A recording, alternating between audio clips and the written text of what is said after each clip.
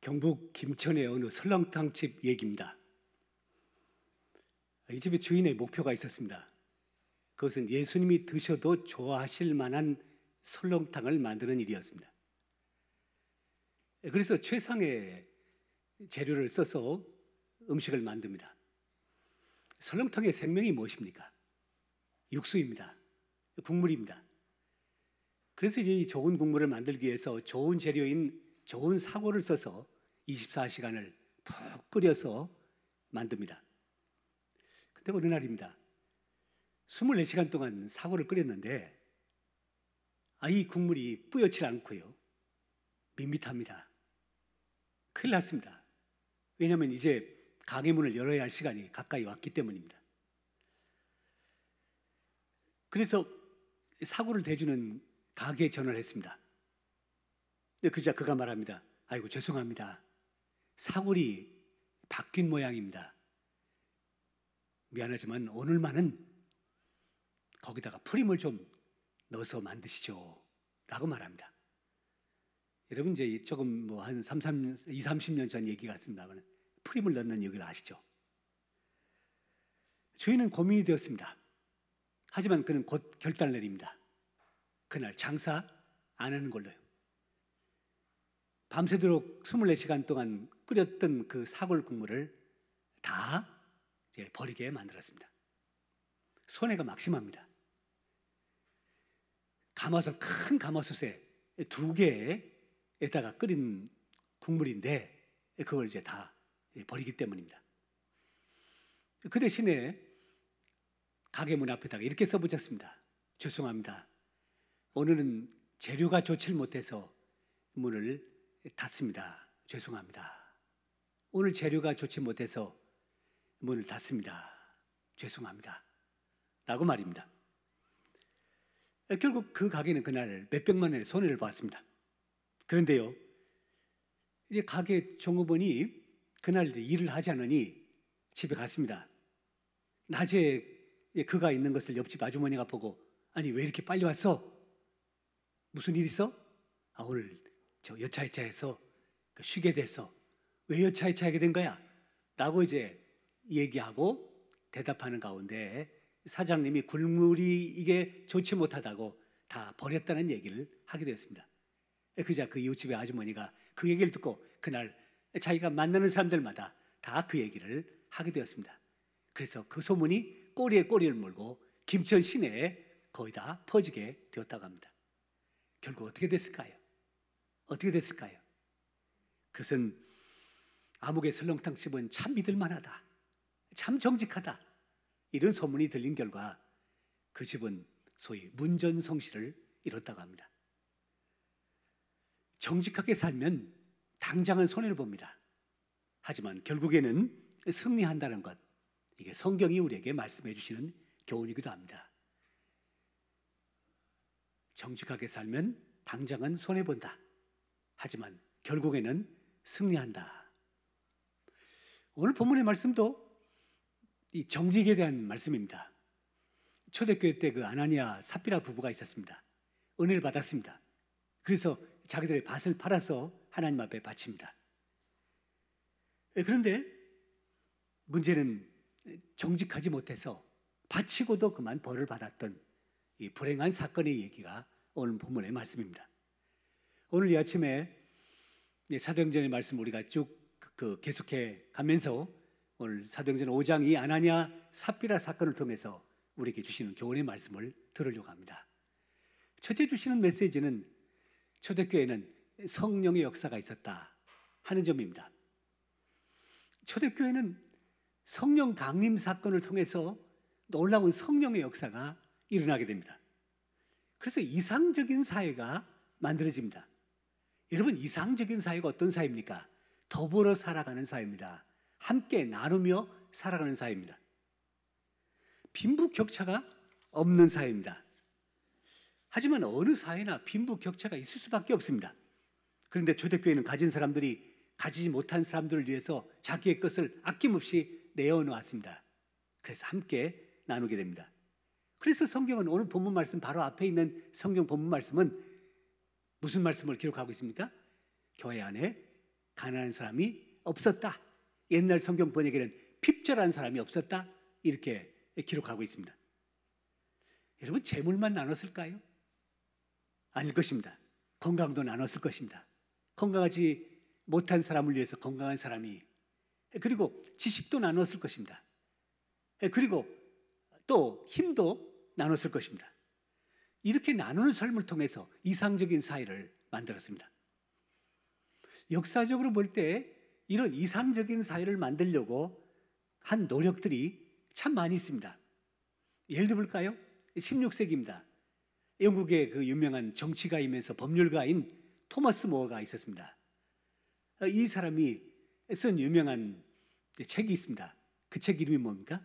유토피아입니다. 그렇죠?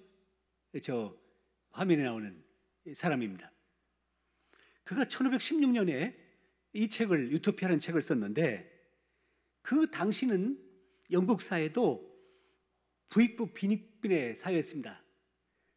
잘 사는 사람은 아주 잘 살았고 못 사는 사람은 아주 못 살았습니다. 노동자는 죽으라고 일을 했고, 그리고 사람 대접 못 받는 사회였습니다. 그래서 이 토마스 모어는 이 책에서 소설을 쓰면서 이상적인 사회는 어떤 사회일까라는 생각을 하면서 이런 사회가 이상적인 사회다, 소위 이상향이다 라는 생각을 가지면서 쓴 책이 바로 유토피아라는 책입니다. 그는 이 책에서 노동시간도 정했습니다. 하루에 몇 시간 정도 일하면 좋을까요?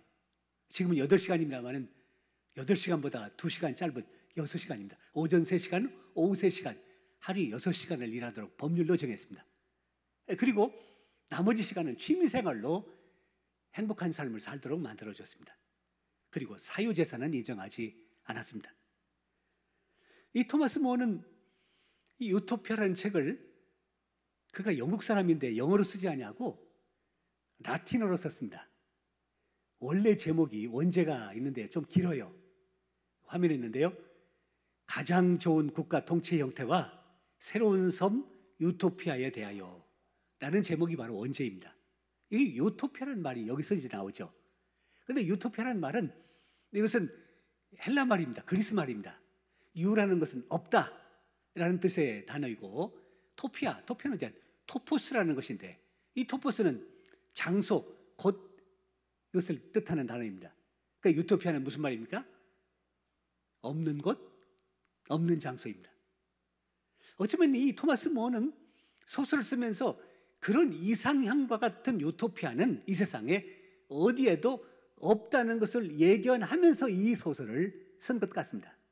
자기가 이 소설을 썼지만 이런 사회는 구현되기 어려울 것이라는 생각을 가지고 그 책을 쓰지 않았나 보여집니다.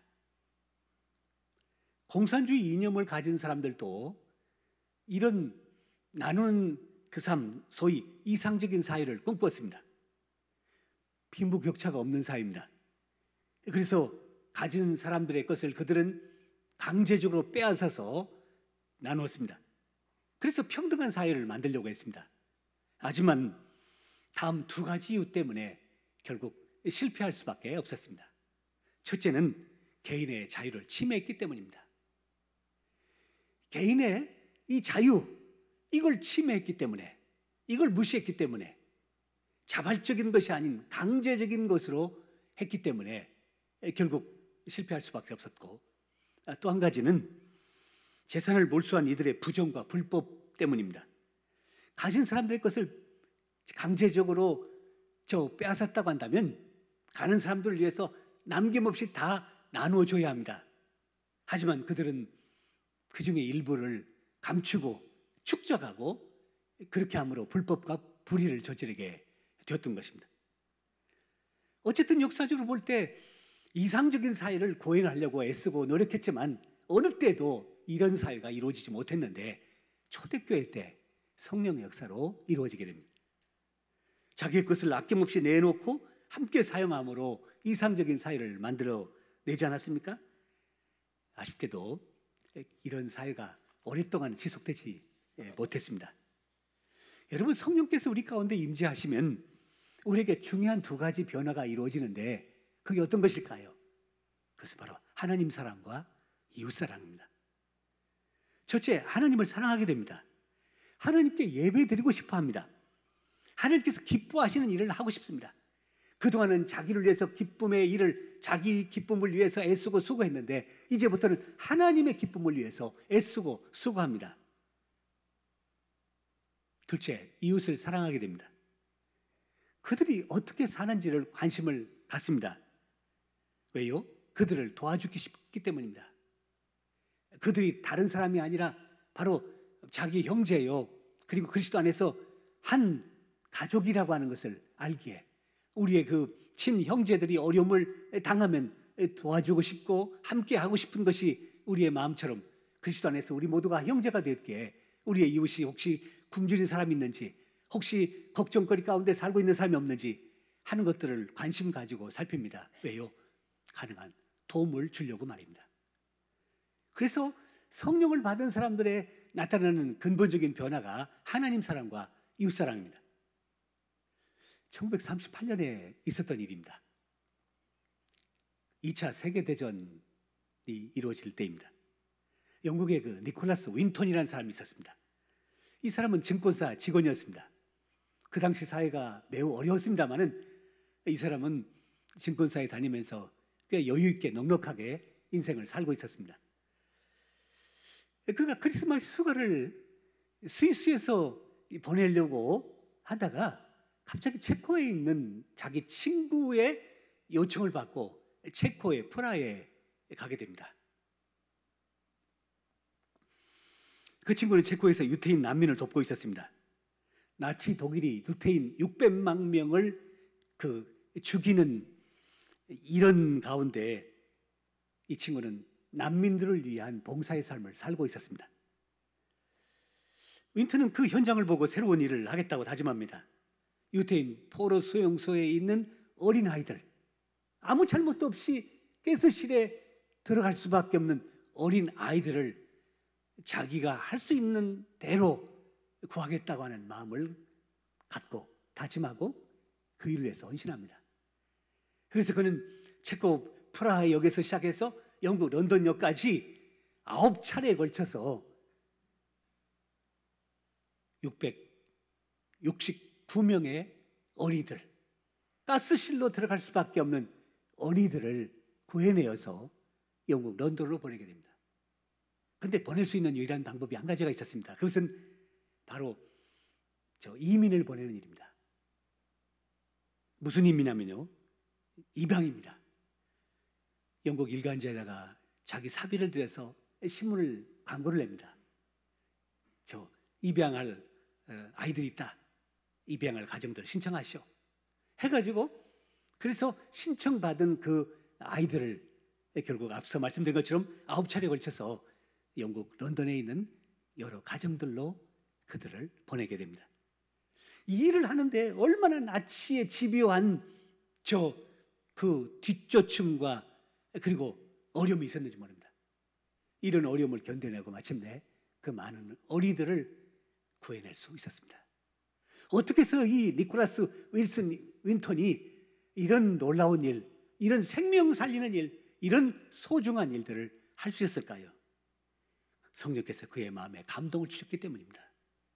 성령 충만했기 때문입니다. 그래서 이웃들이 보였고, 그래서 그들을 위해서 자기의 시간, 자기의 정성, 자기의 물질, 자기의 생명까지도 내놓을 수가 있었던 것입니다. 성령의 역사를 한마디로 말한다고 한다면 방언하고 예언하고 놀라운 기적을 행하고 라고 우리는 생각합니다마는 그렇지 않습니다. 그보다 더 중요한 것은 근본적인 변화는 하나님 사랑과 이웃 사랑입니다.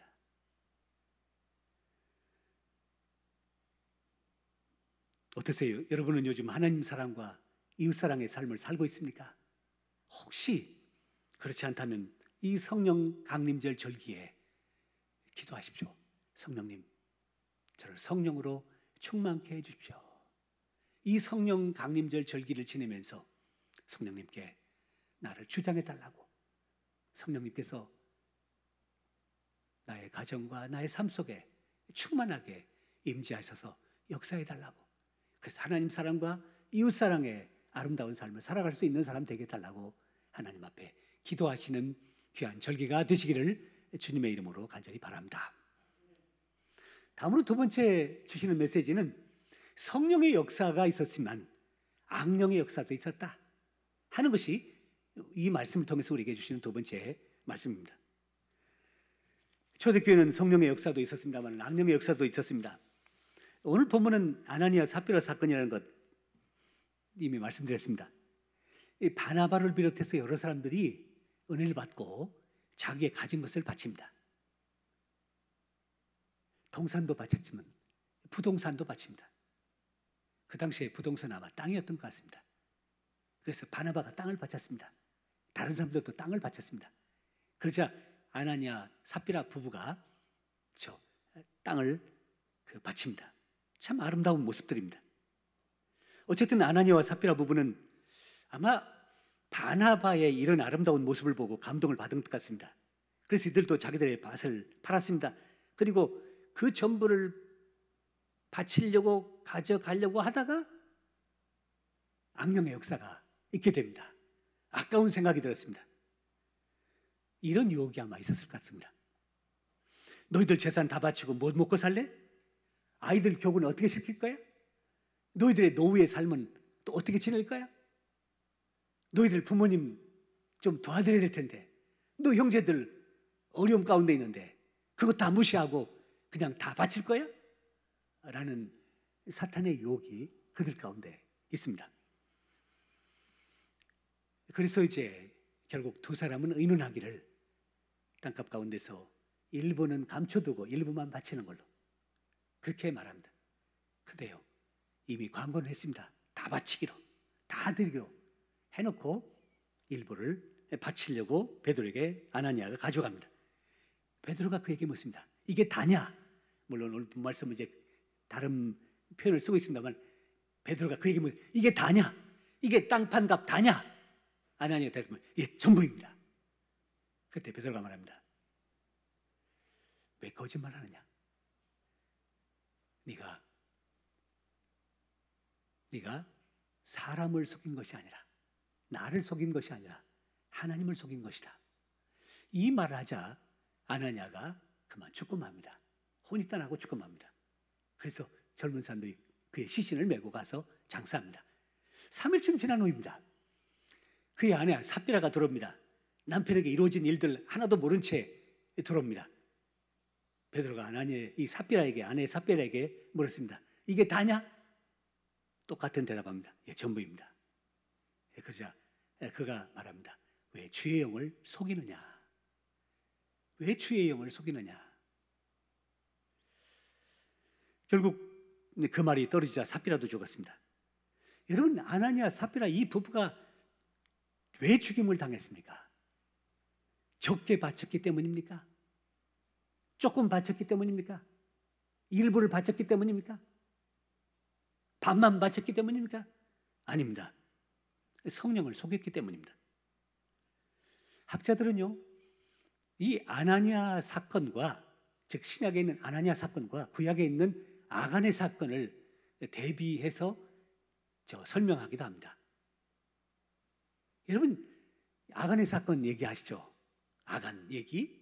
이 아간의 사건과 구약에 나오는 아간의 사건과 신약의 이 아나니아 부부의 사건은 여러 점에서 공통점이 있고 유사점이 있는데요. 특별히 두 가지 점에서 유사점이 있습니다. 첫째는 새로운 공동체 시작 때 이루어진 사건입니다. 아간의 사건은 이스라엘 백성들이 가나안 땅에 들어가서 약속의 땅에 이제 살 때에 그때 새로운 사회, 새로운 아름다운 세상이 이루어지는 그 초기에 이제 첫 번째 여리고성을 점령하게 되죠. 그때 하나님께서 말씀하십니다. 내가 그 성을 너희들에게 주겠다. 단 전쟁한 다음에 그 전리품은 다 없애야 된다. 진멸해야 된다. 하지만 아간이라는 사람이 진멸하지 않냐고 좋은 것 일부를 남기고 그것을 숨겼습니다. 어쨌든 가나안 땅의 새로운 삶을 살아가는 초기에 있었던 사건이요.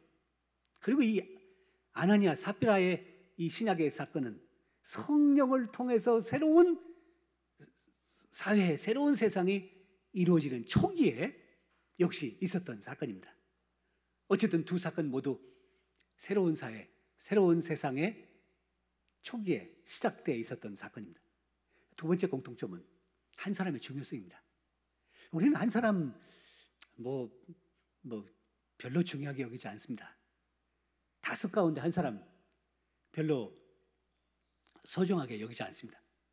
하지만 한 사람의 영향력이 얼마나 큰지를 그 두 사건이 우리에게 보여주지 않습니까?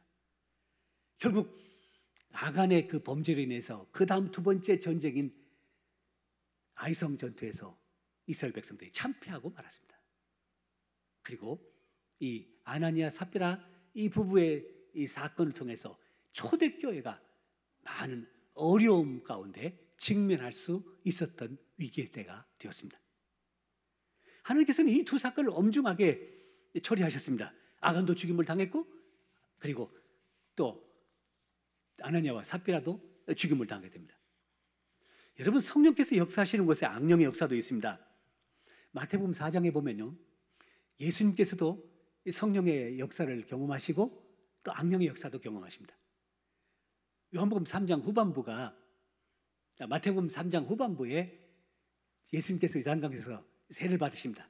그때 성령께서 비둘기같이 그에게 임재하십니다. 그리고 4장이 되면 성령님이 예수님을 광야로 데려가십니다. 근데 광야에 기다리고 있던 것은, 그것은 아름답고 놀라운 일이 아니라 마귀가 있었습니다. 마귀에게 시험을 받습니다. 그것도 3번씩이나 시험을 받습니다. 예수님에게도 성령의 역사가 있었고 악령의 역사가 있었다는 것을 말씀하십니다. 베드로에게도 성령의 역사가 있었고 악령의 역사가 있었습니다. 마태복음 16장에 나오는 사건입니다. 가이사랴 빌립보에서 주님께서 제자들에게 그리고 베드로에게 물으셨습니다.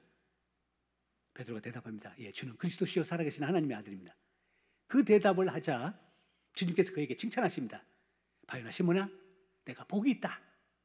그러면서 내가 너에게 천국 열쇠를 주겠다. 극찬하시고 그리고 복을 받습니다. 그리고 주님께서 이제 당신의 순환에 대한 말씀을 하십니다. 내가 십자가를 지고 그리고 죽임을 당하고 권한을 받게 될 것이다. 이 말씀을 하십니다. 그러자 베드로가 뭐라고 말합니까? 주님의 말을 탁 가로막더니, 주님, 결코 그런 일이 일어나지 않을 것입니다 하면서 그가 장담을 합니다. 그때 주님께서 말씀하십니다. 사탄아, 내 뒤로 물러서라. 너는 나를 넘어지게 하는 자로다. 어떠십니까? 베드로는 성령의 역사로 신앙 고백 잘하여 칭찬을 받았습니다. 하지만 그 이후에 이어서 악령이 역사하여 사탄 소리도 듣고 그리고 또 책망도 받게 되었습니다. 무슨 뜻입니까? 우리에게도 끊임없이 성령께서도 역사하시고 악령도 역사한다는 것을 우리에게 가르쳐 줍니다. 문제는 악령에 휘둘리지 말아야 합니다. 아나니아 삽비라 부부는 성령으로 시작했다가 그만 악령으로 마치는 비참한 인생을 살게 되었습니다. 우리 모두 성령으로 시작하여 성령으로 마치는 아름답고 복된 삶 살아가시는 우리 모두 되시기를 바랍니다. 마지막 세 번째 말씀입니다. 악령의 전략입니다. 여러분, 전 세계에 CEO들이 많이 읽는 책 있는데, 여러 가지가 있는데 그 중에 한 개가 소위 손무의 손자병법이라고 하죠. 그래서 마이크로소프트사의 창업주인 빌 게이츠는 자서전에서 오늘날 날은 말든 것은 손자병법이라고, 페이스북 창업자인 마크 저커버그도 나는 중요한 결정을 내릴 때마다 손자병법을 찾는다 라고 말했습니다. 여러분, 손자병법에 나오는 유명한 말 있죠? 그렇죠? 무슨 말입니까? 어떤 말이죠? 지피 지기면 백전불패다 그랬습니다. 너를 알고 나를 알고 싸우면 100번 싸워도 위태로울 것이 없다 라는 뜻입니다. 이것은 군사적인 측면에서만 해당되는 것이 아닙니다. 이 국가적인 문제에서만 해당되는 것이 아닙니다. 영적인 세계 속에서도 역시 동일하게 작용하는 문제입니다. 악령이 어떤 존재요? 그리고 어떤 전략을 쓰는지를 알면 악령도 이길 수가 있기 때문입니다. 오늘 본문 말씀을 보면 이 악령이 말입니다. 사탄이 아나니아 삽비라에게 어떤 전략을, 어떤 전술을 썼을까요? 이 두 가지 전략을 쓴 것을 보게 됩니다. 그 첫째는 하나님보다 사람을 더 의식하게 만들었습니다. 아나니아 삽비라의 문제가 무엇입니까? 거짓말하는 것입니다. 베드로가 아나니아에게 물었습니다. 이게 땅판 값 전부냐? 예, 전부입니다. 왜 아나니아가 이런 거짓말을 했을까요? 아나니아는 지금 눈에 보이는 베드로라는 사람만 의식하고 있습니다.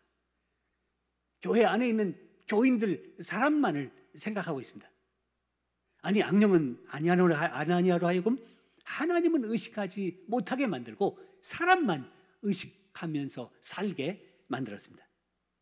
베드로는 사람이기 때문에 그는 속일 수 있다고 생각했던 것 같습니다. 하지만 물론 그도 속이지 못했습니다만, 그래서 아나니아는 적당히 돌로 됐습니다. 여러분, 하나님은 어떤 분이십니까? 땅 팔아서 바치면 복을 주시고 땅 안 팔아 안 바치면 벌을 주십니까? 아닙니다. 하나님은 땅 팔아서 다 바치든지 일부만 바치든지 그것 문제 삼지 않습니다. 다 바치겠다고 하다가 하나님, 곰곰이 생각해 보니 쓸 데가 많아서 바칠 수가 없습니다. 저 노후도 생각할 수밖에 없고, 그리고 우리 부모님도 돌봐드려야 합니다. 우리 형제들도 관심 가져야 하고요. 우리 아이들 결혼시키는데 걔들도 좀 뭘 해줘야 합니다. 그래서 하나님 바치려고 했는데 죄송합니다. 일부만 바치겠습니다. 그렇게 해도 하나님은 그래라고 하시지 야단치시지 않습니다. 성령과 악령의 차이가 무엇입니까? 성령 우리로 하여금 하나님을 의식하게 만들면서 살게 하지만 악령은 사람만을 의식하면서 살게 만들어 갑니다. 구약의 요셉을 보십시오. 그가 무고히 애굽의 종으로 팔려갑니다.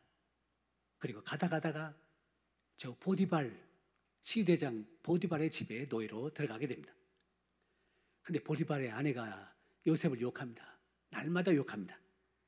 어쩌면 요셉에게 있어서 그 기회는 절호의 기회입니다. 눈 한번 살짝 감고 보디발의 아내의 청을 들어주면 요셉은 그 집에서 나올 수가 있습니다. 요셉은 자유의 몸이 될 수 있는 절호의 찬스인지 모릅니다. 그때 요셉이 보디발의 아내에게 뭐라고 대답합니까? 창세기 39장 8절부터 9절의 말씀을 제가 읽어보겠습니다.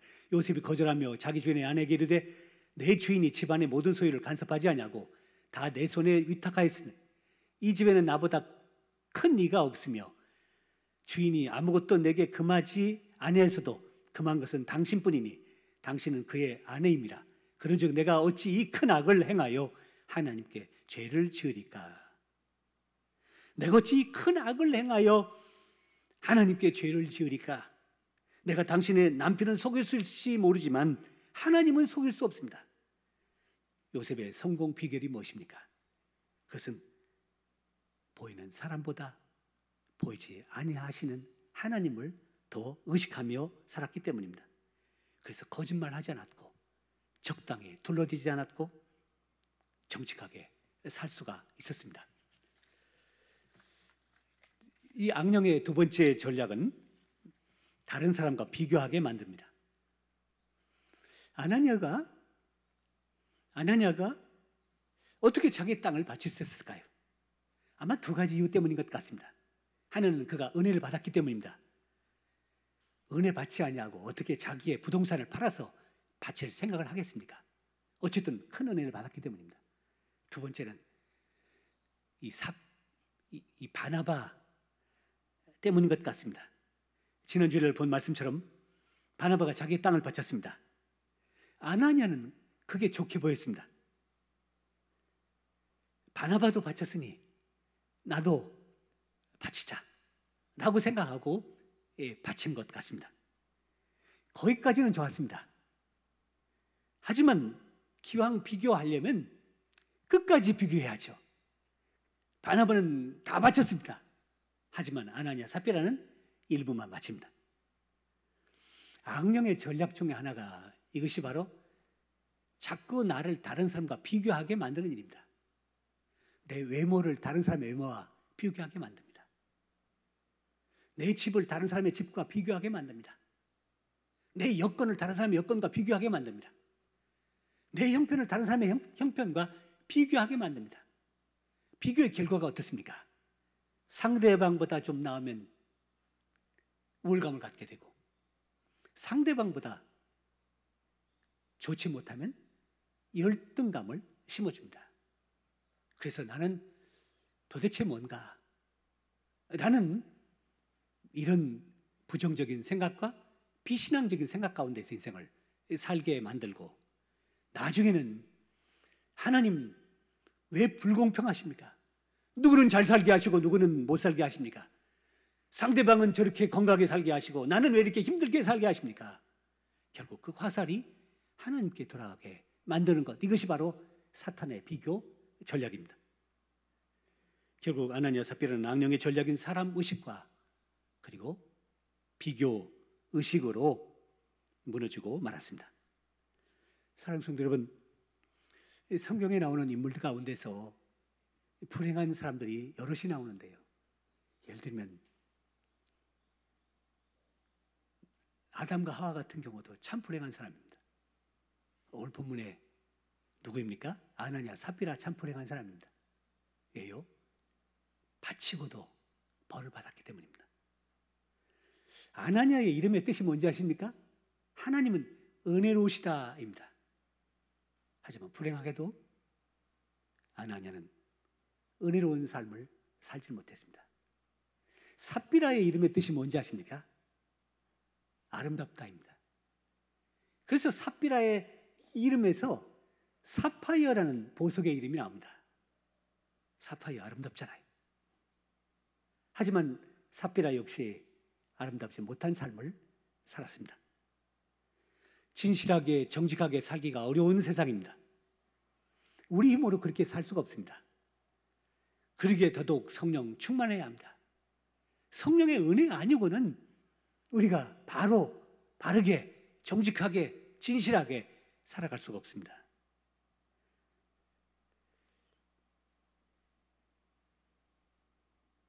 성령의 은혜 가운데 살면 거짓말하지 않습니다. 대충 둘러대지 않습니다. 바르게 살게 됩니다. 이제 성령 충만하심으로 악령의 권세를 이기셔서 승리하는 삶을 사시는 복 있는 발걸음 되시기를 주님의 이름으로 간절히 바랍니다.